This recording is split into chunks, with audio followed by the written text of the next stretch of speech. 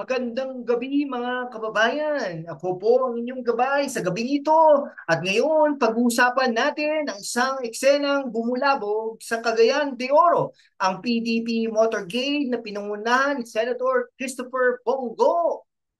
Motorcade ba ito o ito ng serbisyo o motorcade ng politika? Mga kaibigan, maghanda kayo ha. Dahil sasagutin natin yan sa loob ng ilang mga minuto na puno ng katotohanan, talino at konting haplos ng katatawanan. Kamakailan lang nagtipon-tipon ang mga kandidato ng Partido Demokratiko Pilipino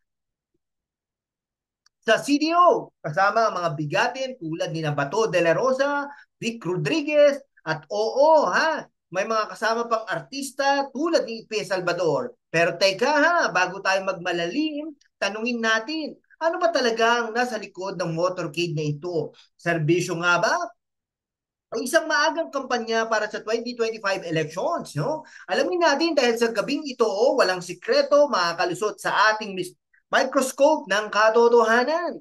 So ano nga ba nangyari sa Cagayan de Oro noong April 14? No, isang malaking motorcade, mga kaibigan, pinangunahan ito ni Bongo kasama ang kanyang PDP slate mula kay Senador Bato de la Rosa hanggang sa mga abogado tulad ni Vic Rodriguez at Raul Lambino. May mga artista pa tulad ni Ipe Salvador at kahit representative daw ni Pastor Apollo Kibuloy. Interesting no, parang fiesta, pero ang tanong, sino ang nagbayan ng gasolina para sa motorcade na ito? Ayon sa ulat, libo-libong sumalubong sa kanila. Mga supporters na nakakulay pula, sumisigaw, nagwawagayway ng bandera.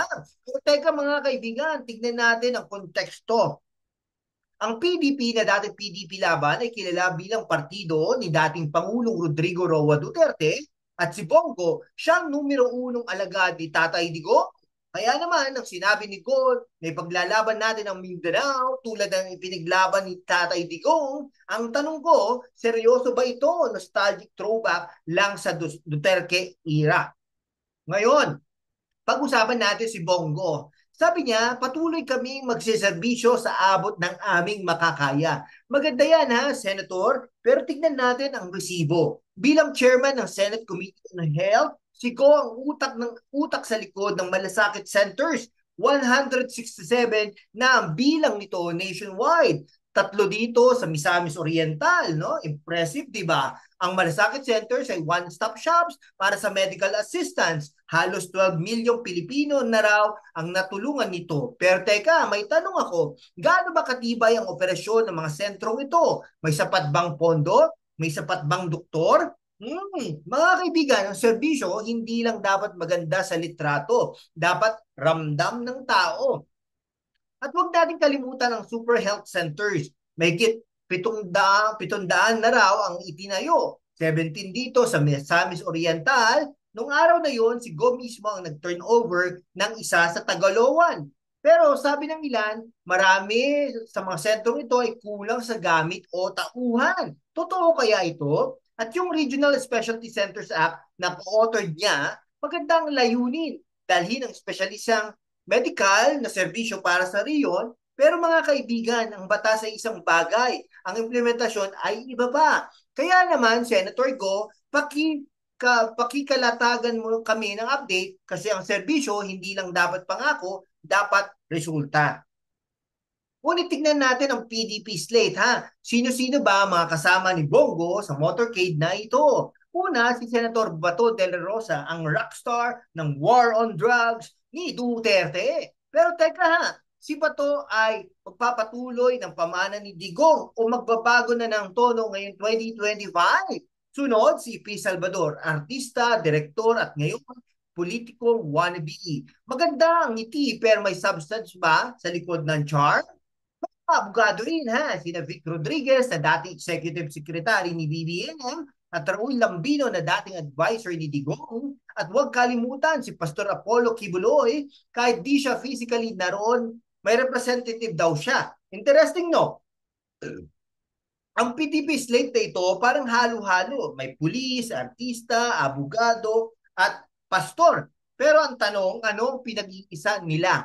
pagmamahal ba sa Mindanao o ang loyalty kay Tatay Digong? At teka, bakit puro lalaki? Nasaan ang girl power ni Slate na ito? Pag-usapan natin ang elepante sa kwarto, si Rodrigo Roa Duterte. No? Sa motorcade, sinabi ni Ko, ipagdasal natin ang kalusugan, kaligtasan, at kalayaan ni Tatay Digong.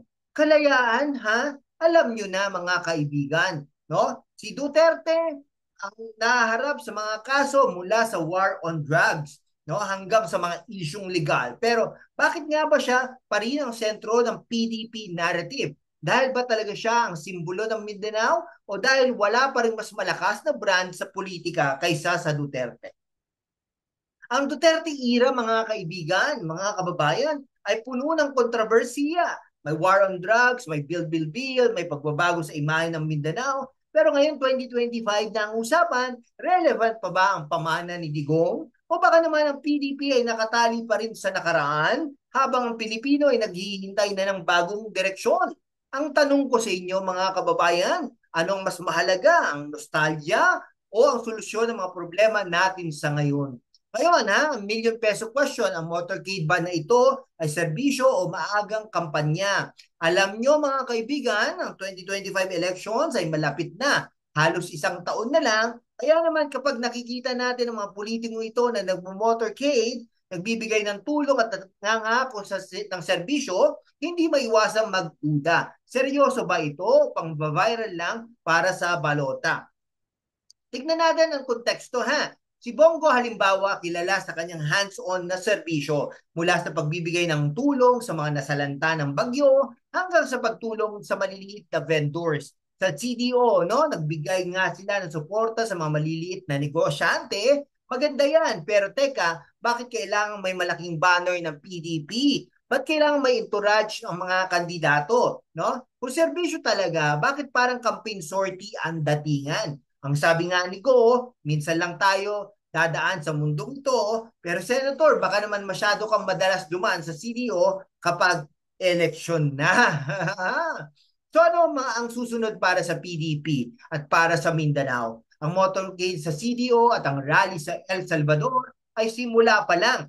Pero ang tanong, ano ang konkretong plano ng PDP para sa 2025 at higit pa? Sabi ni Ko, ipaglalaban nila ang Mindanao. Pero paano? Anong solusyon nila sa kahirapan, sa krimen, sa kakulangan ng trabaho? Mga kaibigan, ang Mindanao ay hindi lang basta rehiyon. Ito ang puso ng ating kultura, ng ating agrikultura, ng ating hinaharap. Kaya naman, PDP, latagan mo kami ng plano, hindi lang motorcade at magagandang salita. At sa mga butante, ito ang hamon ko sa inyo. Huwag kayong madistract sa ingay ng motorcade. Tignan nyo ang track record. Suriin nyo ang plano at tanungin nyo, sino ang tunay na magsiservisyo at sino ang pang showbiz lang. Dahil ang boto natin mga kababayan hindi lang para sa 2025, ito ay para sa kinabukasan ng ating mga anak.